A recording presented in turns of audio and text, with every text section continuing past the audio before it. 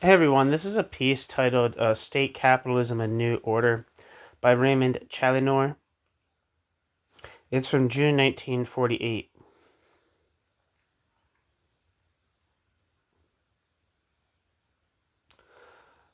What was originally published in? It was originally published in a journal called Left, number 140, June 1948. So here we go.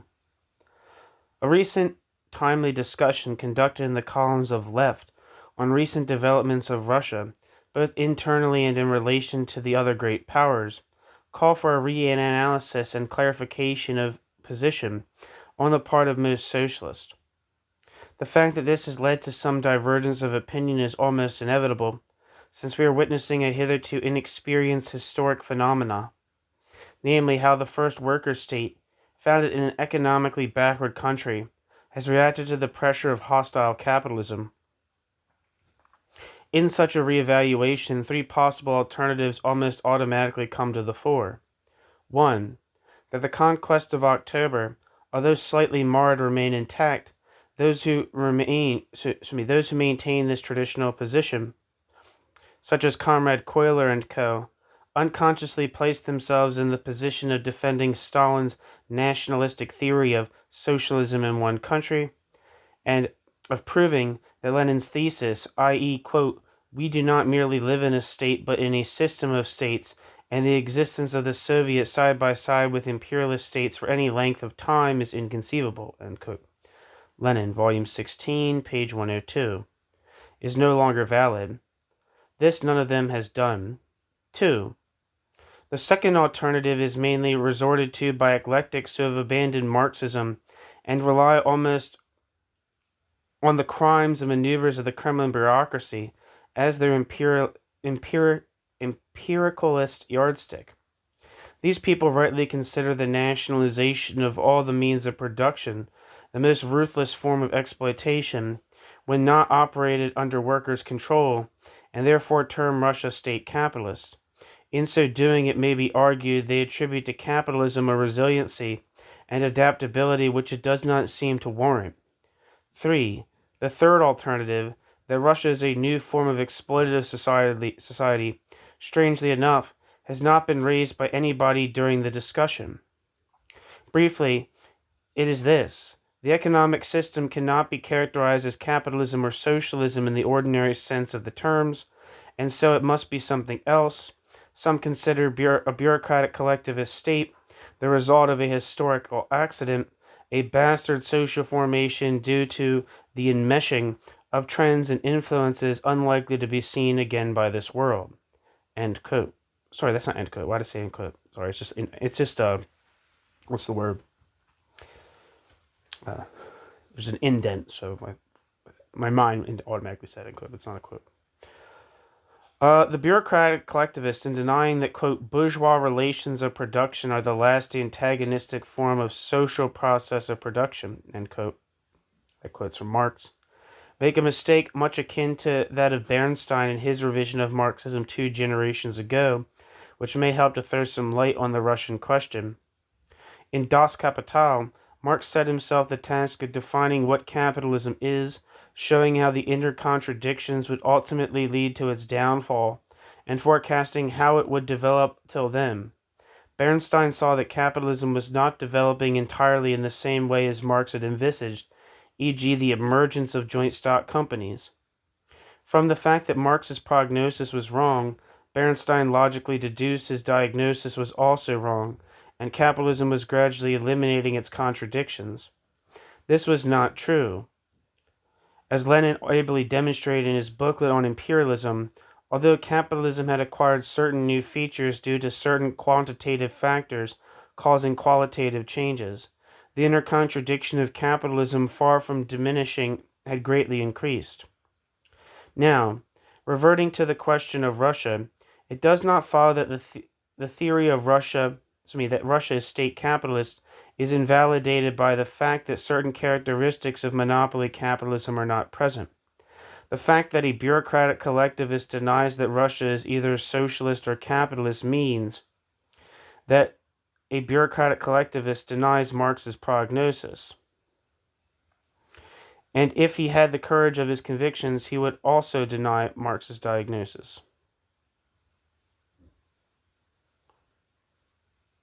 Hold on, let me repeat that. I fucked up that sentence. The fact that a bureaucratic collectivist denies that Russia is either socialist or capitalist means that he denies Marx's prognosis. And if he had the courage of his convictions, he would also deny Marx's diagnosis. But for those amongst us who have not abandoned scientific socialism for hysteria, it is important for us to see who controls the productive forces. Is it the workers or the bureaucracy? The workers, to exert any effective influence over the means of production, must have organs of expression, a political party, a trade union, or a factory committee, which are not in existence in Russia. Instead, the workers have to resort to riots, sabotage, absenteeism, and slowing down work that can hardly be described as weapons of a victorious proletariat. Kravchenko, in his book I Chose Freedom, vividly describes the conditions of the Russian workers, whom Kravchenko divides into two groups. One, the workers who remain nominally free and are under the same compulsions as in a capitalist economy, only their standard of living is relatively lower, and with a ruling class on their backs living in greater comparative luxury than their British or American equivalents. 2. A slave army of 10 to 15 million who are destined to meet a slow and gruesome death, many because they have fought this criminal regime on behalf of their class. These conditions of abject misery, exploitation, and degradation are called by some socialism. Collier chooses socialism. I choose freedom. These crude forms of exploitation are the economic consequences of Soviet isolation and its inevitable subordination to the economic laws of surrounding world capitalism. But, due to the low productivity of the Russian worker, Russian capitalism had to take a far more ruthless form than its Western European counterparts. Russian capitalism had to remain in the hands of the state. World conditions did not permit anything else other than state capitalism. Even Lenin acknowledged that state capitalism existed within the framework of the workers' state, since the theory of value, which is the theory of the world market, continues to operate. Only if the worker intervenes in the process of production through workers' control could effective blows be delivered at the theory of value.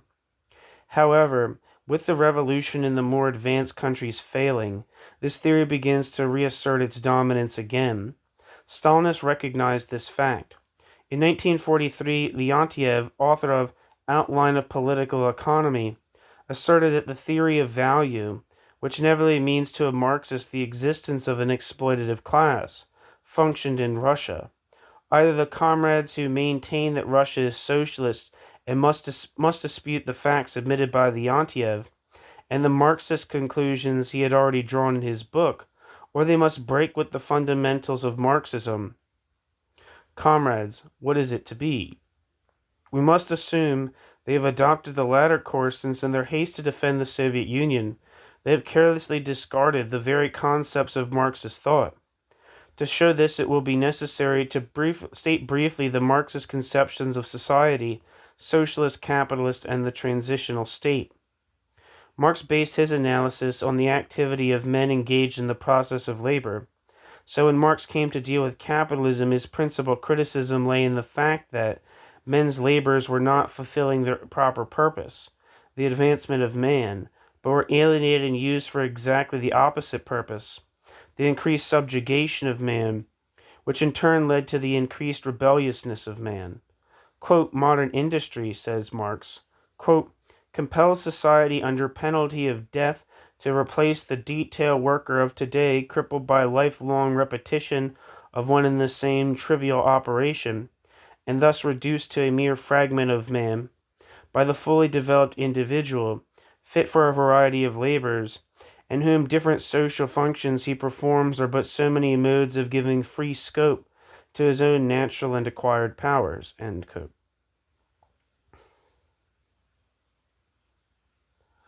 I feel like this is very important. This is actually not related at all to what Challinor is saying. But I think this this piece from Capital Volume 1 kind of speaks to, can be used as a piece of evidence against the conception of abstract labor as some kind of human labor in general. Um, the idea, this kind of seems to suggest that if abstract labor was kind of like about like the interchangeability of different human activities, um, and kind of like as such, as opposed to like um, a specific type of reduction that takes place in the practical abstraction going on in an exchange between commodity owners, um, then if it was just this interchangeability, then this would continue on into socialism, right? Um, this kind of like diversity of human tasks, this interchangeability of human tasks, this kind of like, oh, I do, the the fisherman in the morning, hunter, pasture in the afternoon, or whatever, critic in the evening, or whatever.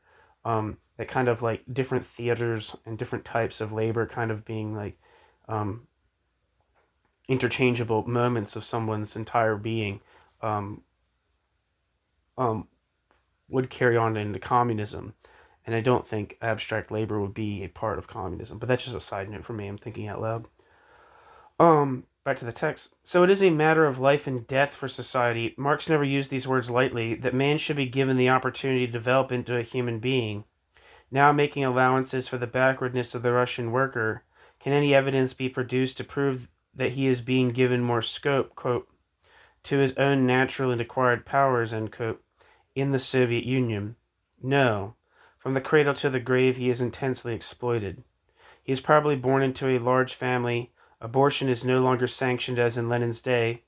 He is then used as cheap labor by the exploiters in the evening, whilst in the daytime, unless his father is in a position to pay the exorbitant fees to send him to the Russian equivalent of Eton or Harrow, which are big schools in. There's a good song called Eton Rifles by the band The Jam. Um, the young worker, uh, receives a class education designed to keep him in the class where he was born. Kravchenko's account of his adult life has already been given. He has to work exceedingly hard, unless his rich uncle has left him the family fortunes in the form of tax-exempt Soviet bonds.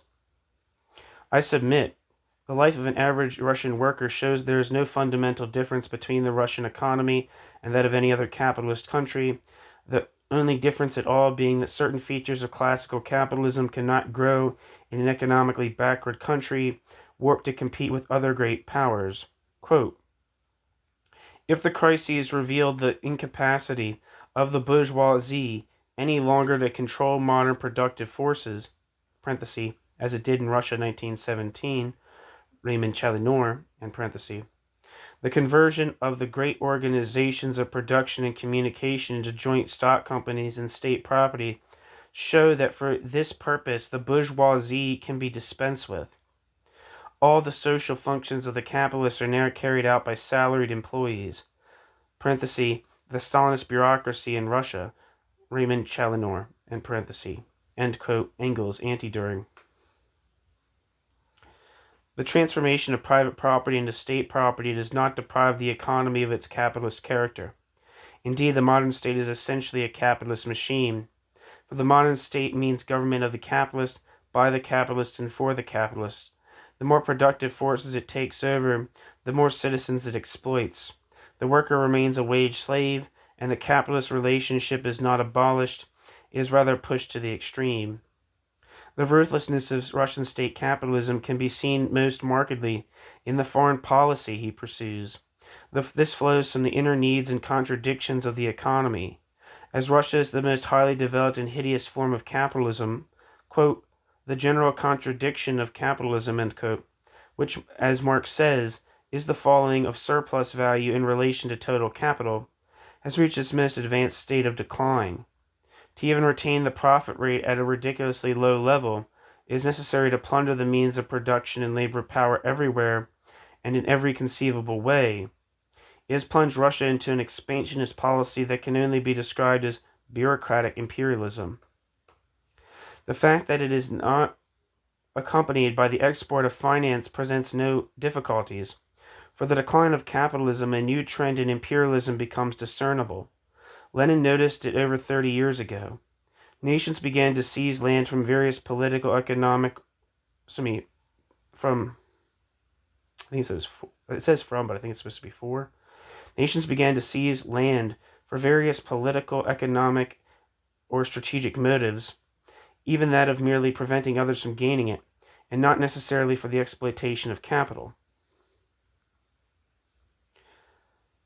It's a very important thing because I think this is very much a critique of Trotsky, um, because Trotsky kind of scoffed at the notion that the USSR was imperialist. It might be expansionist, but the idea that it was imperialist in the sense of like being an order bent on the increased exploitation of newly conquered territory and populations, he kind of scoffed at on the grounds that so much of imperialism was based on this notion that imperialism was based on, was strictly based on, or necessarily transhistorically based upon the export of investment to new territories in the form of like financial investment, right? So there's this idea that like imperialism is this very, specifically narrow type of response on the part of Western capitalist states to um, crisis or something like, or a new economic situation, as opposed to being something that you can kind of the conquest and conquering of states by other states, and the tendency of states to expand, being something that is not, strictly speaking, and this seems so obvious that it seems worth mentioning, is not something that's like strictly specific to capitalism.